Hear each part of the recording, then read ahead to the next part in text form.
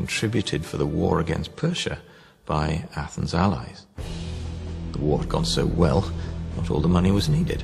So much of it was now diverted to the Parthenon, and Pericles' opponents used this. This was a disgrace. This was Athens misbehaving in the eyes of the other Greeks. Ignoring the political attacks, Pericles raided the war chest and started to build the Parthenon. At 101 feet wide and 228 feet long, it called for thousands of tons of expensive marble. The glittering stone, as it was called, was selected from the quarries that still remain at Mount Pentelicon, 8 miles from Athens. But a special technique was needed to drag the massive column drums up the steep slopes of the Acropolis. The Acropolis is high above the city. Getting the drums up here on a cart would have been pretty difficult. So they probably used a system that they'd devised over a century before, where they built a wooden frame around the drum, and then using oxen they could pull the stones up the hill, a bit like a roller. At the building site, they probably used cranes with a pulley system to lift vast blocks of stone. Lifting power came from a windlass attached to the back of the frame. Once they got the blocks and stones up here, they had to maneuver them into position with absolute precision. There's a clue here as to how they did that. These are bosses that were used for lifting ropes to carry the stones. They would normally have been cut off, but war broke out before the workers had finished. But the underlying genius of the building lies in the ancient Greeks' understanding of perspective, unsurpassed until the Renaissance. Well, they say that there isn't a straight line on the Parthenon.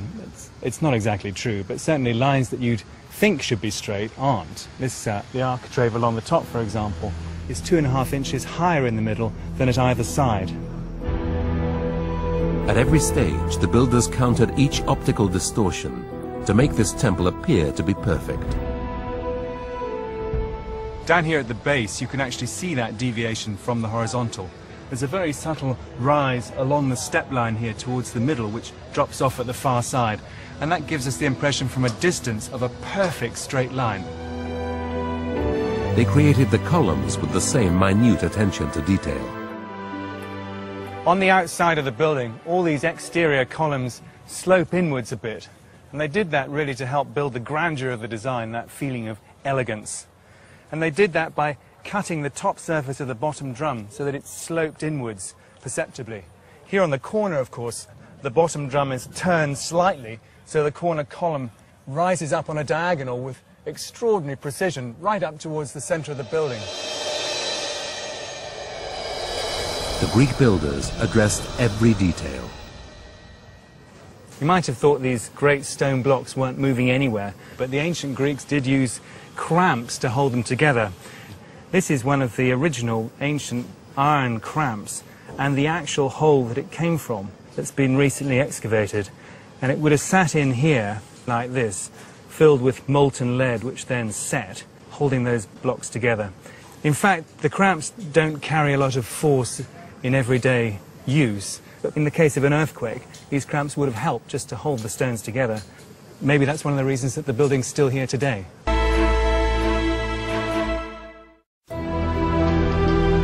The centerpiece of this enormous building was to be found inside.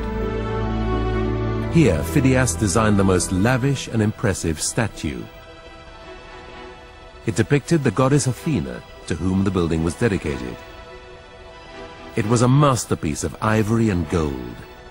It was so extravagant, it absorbed over half the funds for the entire Parthenon project. At nearly 40 feet high, Athena dominated the interior, intimidating all who came to worship at the temple. The statue of Athena had on it over a ton of gold. It cost slightly more to put that gold onto the statue than it did to build the whole of the Parthenon.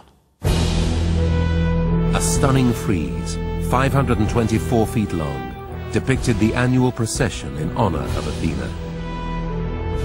The pale marble we see today would have looked very different 2,500 years ago, when it was painted in vivid colors. But the masterpiece was not an immediate success in its time.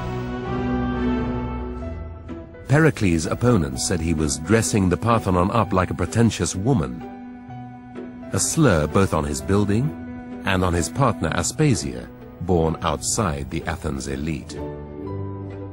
One Greek writer tells us exactly what a pretentious woman did. She put on built-up shoes to make her look taller, to suggest she was a more aristocratic family. She put on dabs of rouge on her cheeks to make it seem that she was younger and fitter than she really was. But above all, she plastered her face in powder of white lead, fashionably pale to look like an aristocrat. And they thought of the pretentiousness of Pericles in using other Greeks' gold to make Athens seem wealthier than she really was. To further discredit Pericles, Phidias, his sculptor and master of works, was accused of embezzling gold from the statue. He was also accused of blasphemy for portraying himself and his patron among the sacred figures on Athena's shield.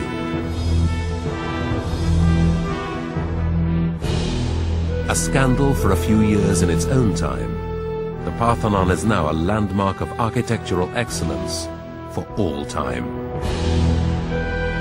The ravages of war and pollution have taken their toll, but still the temple stands.